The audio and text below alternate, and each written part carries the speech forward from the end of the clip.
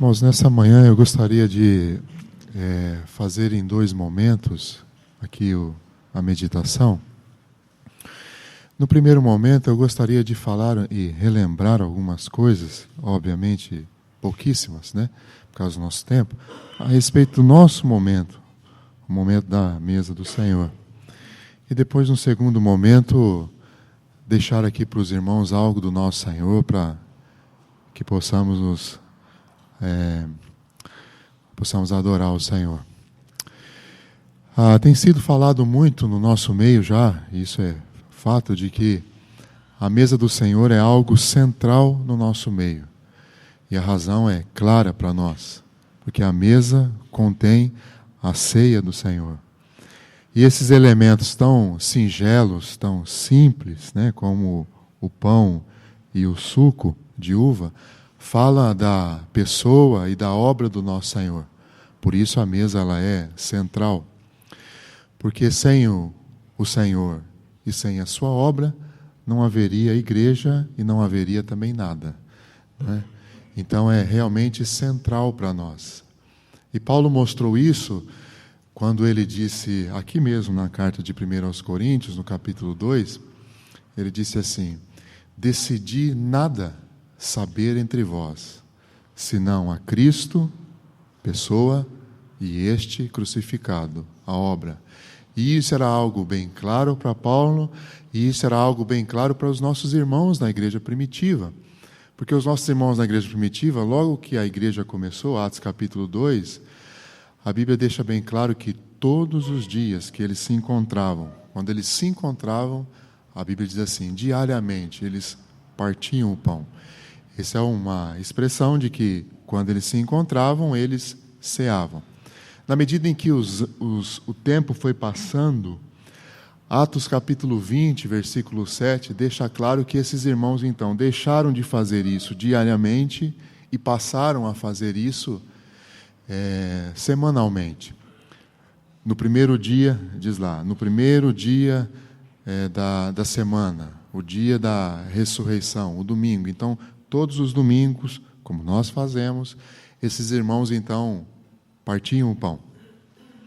Nós fazemos todos os domingos. Alguns irmãos nossos fazem uma vez por mês, no final da reunião, de uma reunião. Tem irmãos nossos que fazem de 15 em 15 dias. O importante é fazer, tá certo, irmão? O importante é ser obediente àquilo que o Senhor tem dado a cada comunidade local, porque cada comunidade local recebe algo da parte do Senhor e tem que ser obediente àquilo. Nós temos recebido da parte do Senhor, via aos presbíteros, de que tem que ser todos os domingos, pela manhã, e é o que estamos fazendo. Porque para nós é muito importante. Aliás, é a reunião mais importante nossa. A reunião da mesa do Senhor é a reunião mais importante, né? Nós desejamos muito, esse é o nosso desejo, tanto o meu, quanto do Valim, quanto do Cláudio, quanto do Juan, que essa seja a reunião mais frequentada nossa, não é? Geralmente a nossa reunião mais frequentada é a reunião da noite, mas nosso desejo é que as duas sejam frequentadas do mesmo jeito, mas que a reunião da mesa fosse a nossa reunião em que o nosso coração estivesse mais desejoso de estar aqui, porque é a reunião onde nós estamos realmente focados na pessoa e na obra do Senhor. E duas coisas eu quero destacar para os irmãos, bem rapidamente, tá? Duas coisas. A primeira coisa que eu quero destacar para os irmãos dessa reunião é que esse momento é um momento de adoração. Onde está isso? Olha aí, versículo 25, lá no finalzinho. Quando ele diz assim, Paulo diz assim, fazei isso todas as vezes que o beberdes, e ele diz assim, em memória de mim. Esse é um momento de adoração. Nós estamos aqui para, como o Cláudio falou, nós estamos aqui para adorar o Senhor. Esse é o momento em que o Senhor tem que ter a primazia no nosso meio. Esse é o momento em que o Senhor, o nosso Senhor e a sua obra, tem que ter a absoluta, total exclusividade. Nada pode roubar o nosso Senhor, a cena dele. Ele tem que estar em foco, o nosso Senhor. Não pode ser, por exemplo, as nossas vidas. Nós temos a tendência, por exemplo, de ficar, às vezes, focado em nós mesmos. Esse não é um momento, por exemplo, quando ele diz aqui, não dá para falar isso, tá? Vamos só tocar. Quando ele diz assim, examine-se, pois o homem. Isso nós temos sugerido aos irmãos. Faça em casa. Agora não é hora de se examinar. A hora de se examinar é antes da mesa do Senhor. Lá em casa, nós vamos nos examinar. O que é se examinar? Muita coisa poderia ser dito, mas vamos só citar um texto que foi lido por uma irmã esses dias aqui no nosso meio. Senhor, envia a tua luz e a tua verdade. Isso é se examinar. Senhor, fala comigo. Senhor, lança a luz. Tem algo na minha vida que vai atrapalhar aquele momento com o Senhor? Lá em casa nós fazemos isso. Então aqui não é o momento de nós lamentarmos os nossos pecados. Aqui é o momento de nós adorarmos ao nosso Senhor, sua pessoa e sua obra. Claro, temos feito isso, procurado fazer, destacar um aspecto do nosso Senhor. Por quê? Porque o nosso Senhor é muito rico, irmãos. Nosso Senhor é muito grande. Como é que nós vamos adorar o Senhor com muitas coisas dele? Não dá. Então vamos fazer só com uma coisa. Só numa coisa já é muito rico. Nós temos assunto para adoração, para proclamação, para gratidão, só num aspectozinho do nosso Senhor. Um aspecto, né? Os estudiosos dizem que a mesa do Senhor é um momento eucarístico. É a expressão que eles usam, os teólogos. O que quer dizer isso? Momento eucarístico. Essa palavra eucarístico, eucaristia, está ligada à adoração, louvor, gratidão, ações de graça. Então esse é o momento para nós louvarmos, adorarmos, sermos gratos ao Senhor por aquele aspecto que foi nos dado. Então, nesse sentido, a mesa do Senhor também é um momento de unidade entre nós. Presta atenção, irmão. Nesse momento aqui da mesa do Senhor, é um momento de unidade. Onde está isso? Está aqui no texto também. Quando Paulo diz assim, queria só destacar também os irmãos, o versículo 25, quando ele diz assim, pois quem come e bebe sem discernir o corpo. Ele está falando aqui que esse nosso momento é um momento de unidade. 10:17 também fala isso. Se você olhar no capítulo 10, no versículo 17, ele também vai falar isso aí.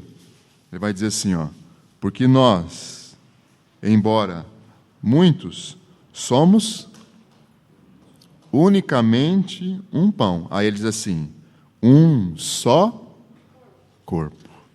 Então, o corpo ali não é o corpo individual do nosso Senhor Jesus Cristo. É o corpo de muitos membros, nós. Por quê? Porque nesse momento tem que ter absoluta exclusividade para o nosso Senhor e absoluta unidade entre nós. Salmo 133, lembra desse texto? Ó, quão bom e quão agradável é que os irmãos vivam em união. E aí ele vai começar a falar do óleo na cabeça do sumo sacerdote Arão, figura de Jesus, vai descendo até chegar na base da roupa. Aí ele termina dizendo assim. Como é que é o último versículo? Ali ordena o Senhor a sua bênção. Irmão, presta atenção. Presta atenção nisso que eu vou dizer, com todo temor no seu coração. Qual é o lugar que é bom e agradável para o nosso Senhor? Qual é esse lugar? Óbvio, esse lugar é espiritual, esse lugar é o corpo de Cristo, mas o corpo de Cristo está reunido aqui neste lugar.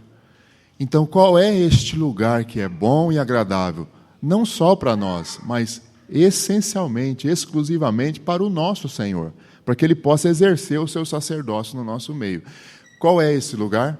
Esse lugar é o lugar de união entre os irmãos e as irmãs.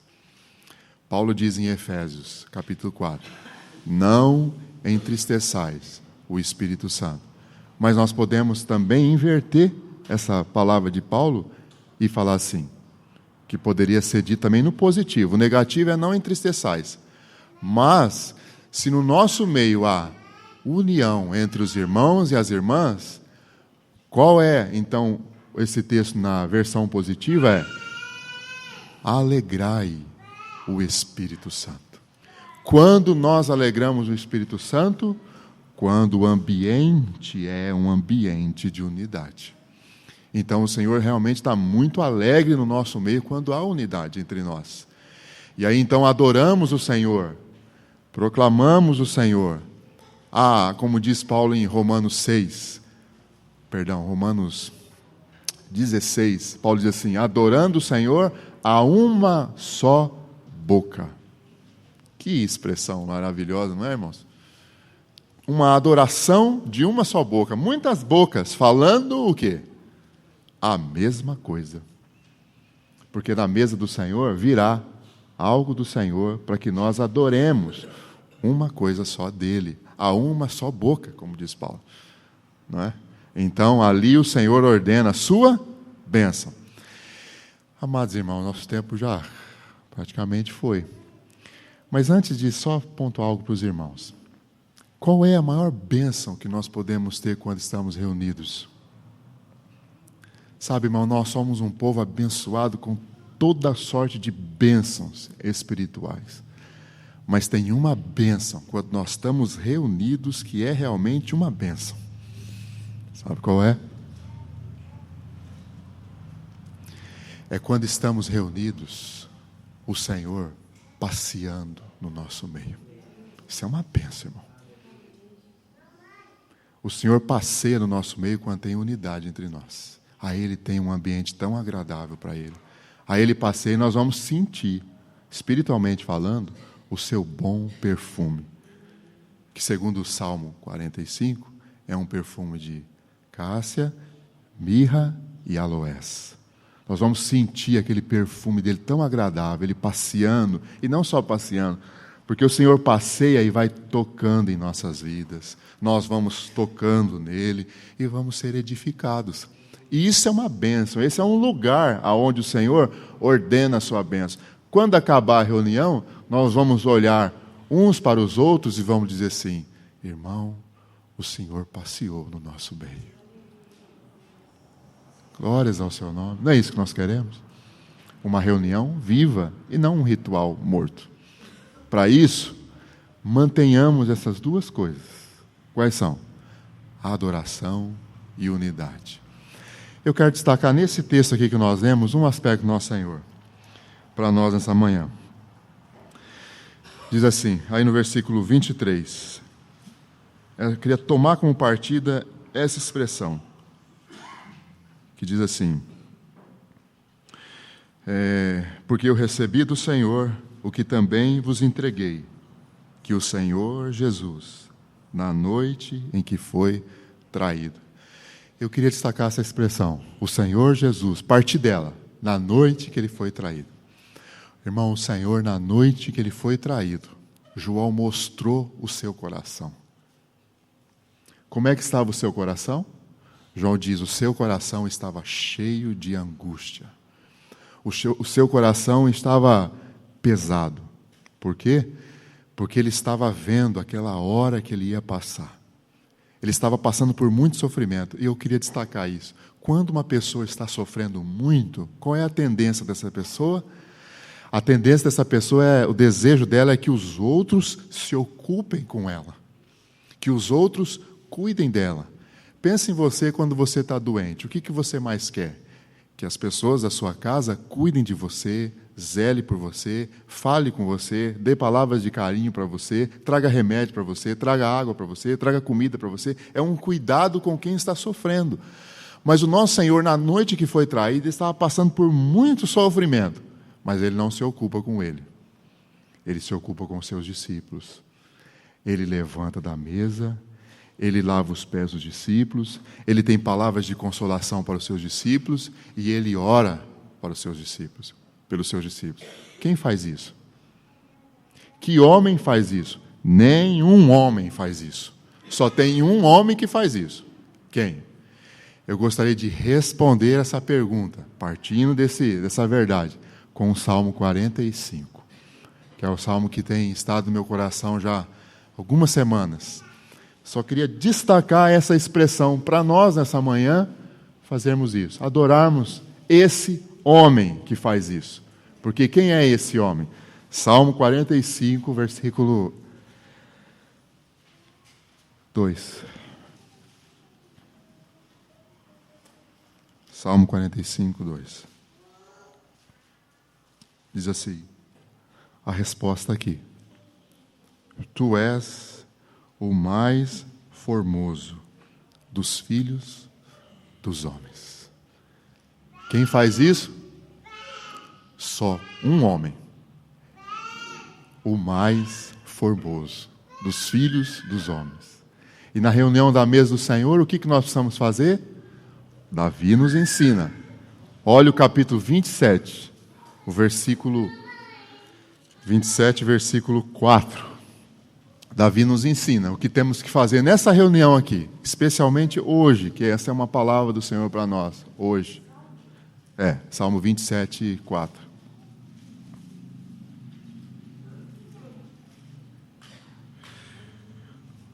Uma coisa peço ao Senhor, e a buscarei. Esse é o nosso pedido, nessa manhã será a nossa busca.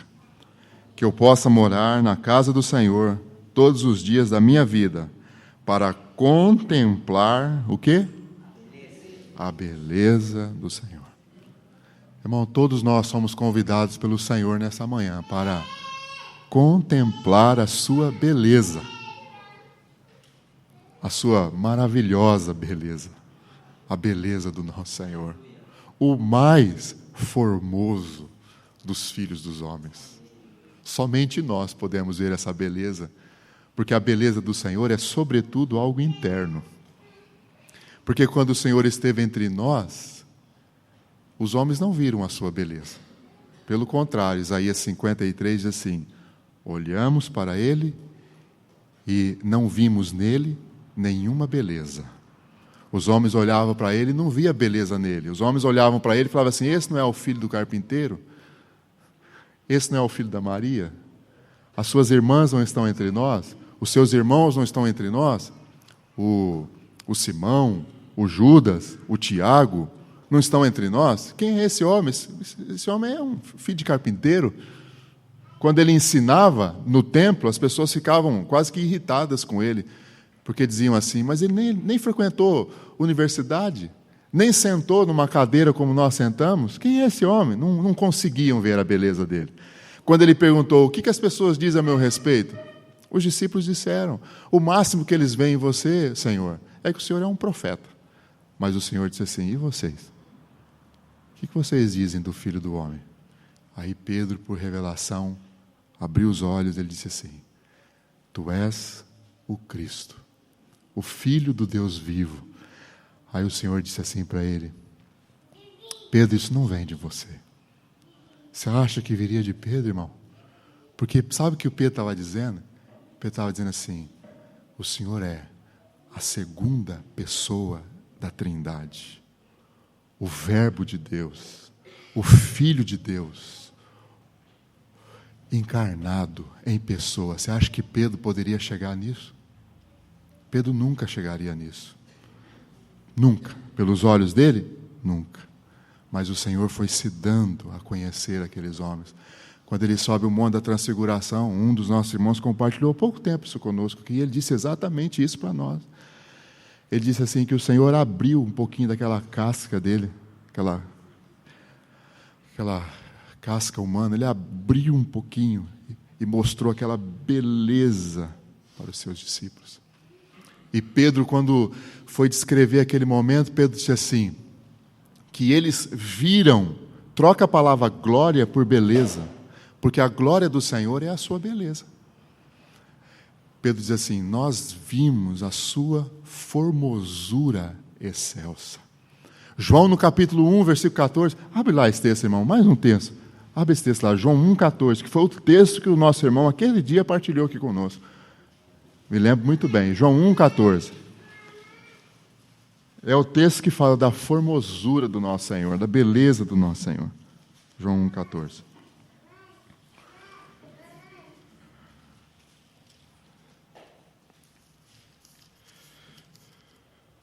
Você sabe, né, irmão, que o Evangelho de João ele é escrito para mostrar a beleza do nosso Senhor, a formosura do nosso Senhor. João escreveu para isso. E João apresenta 7 sinais para mostrar a formosura do nosso Senhor Jesus. São 7 sinais. O último sinal é quando a gente vê realmente a formosura dele. Quando ele está lá em Betânia, naquela aldeia. Ele chega naquela aldeia. A Marta está ressentida com ele. E ela vai falar com o nosso Senhor. E ela disse assim: se o Senhor tivesse chegado em tempo, meu irmão não teria morrido.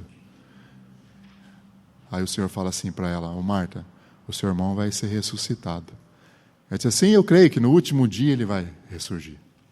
Você vê como ela era bem estrábica? Um olho lá, outro lá. O Senhor disse assim: Marta, olha para mim. Eu sou a ressurreição e a vida. Olha para mim. E aí ela corre chamar a irmã vem, se joga nos pés dele chorando. E ali diz o texto, que o nosso Senhor, diante dela, chorando, se comoveu. Essa é a sua beleza, irmão. Diz que o seu interior se comoveu. João mostra o interior dele, a formosura.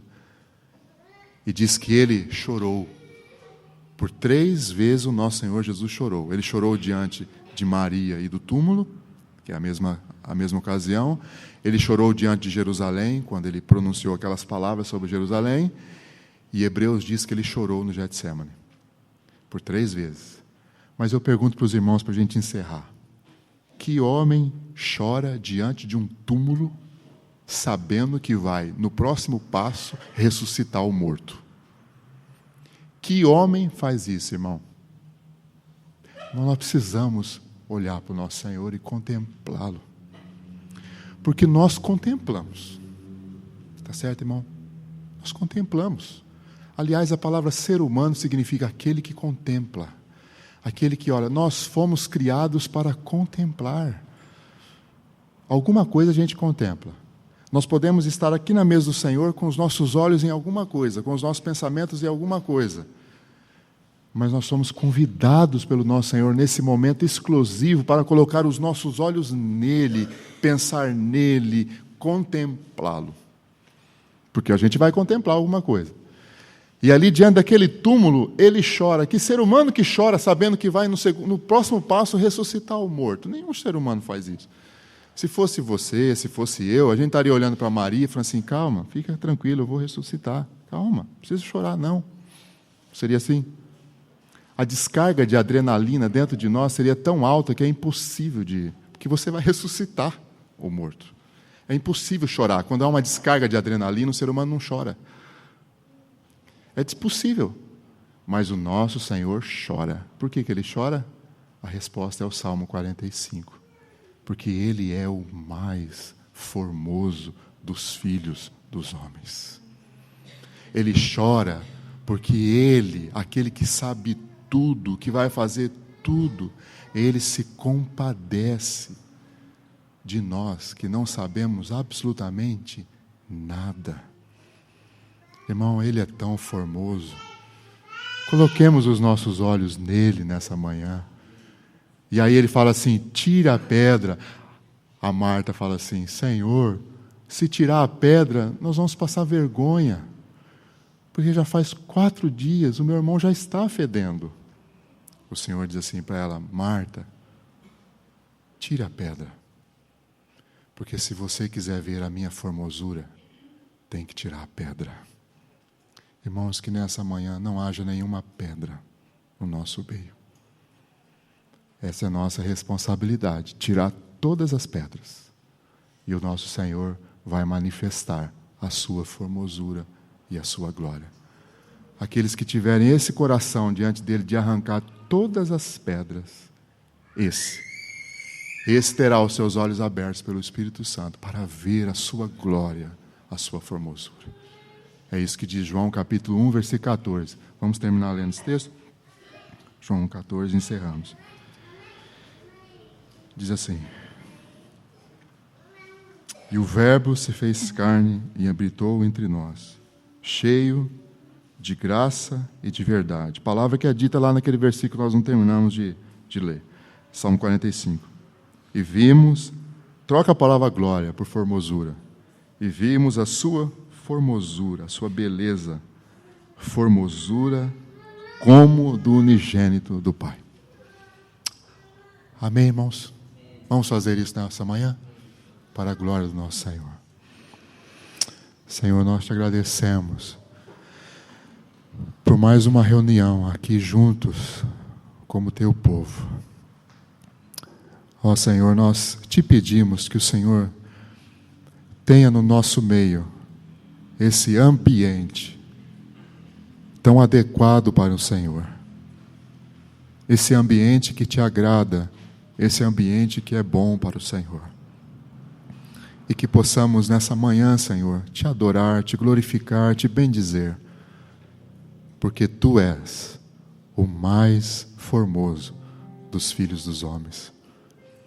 Ajuda-nos, ó Espírito Santo, a não contemplar nessa hora as nossas falhas, sejam elas da semana, sejam elas agora mesmo da manhã, que já falhamos.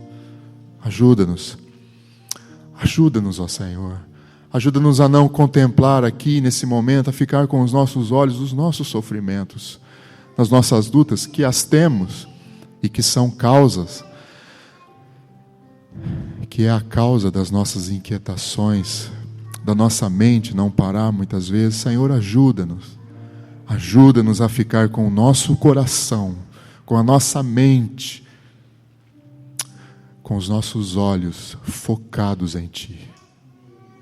Porque temos muito para ver e apreciar e adorar e comer do Senhor nesta manhã. Ajuda o teu povo, Senhor, que se reúne aqui nesse lugar. Porque nós queremos, Senhor, nessa manhã, nós queremos dar a Ti a honra que lhe é devida.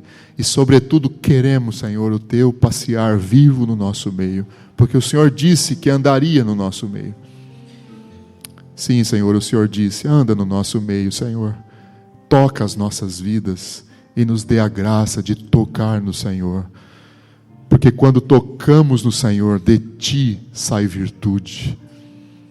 E nós queremos, Senhor, mais das Tuas virtudes nesta manhã, Senhor. Somos gratos a Ti. Bendito seja o Teu nome. Seja adorado nessa manhã, Senhor. Em nome de Jesus. Amém, irmãos.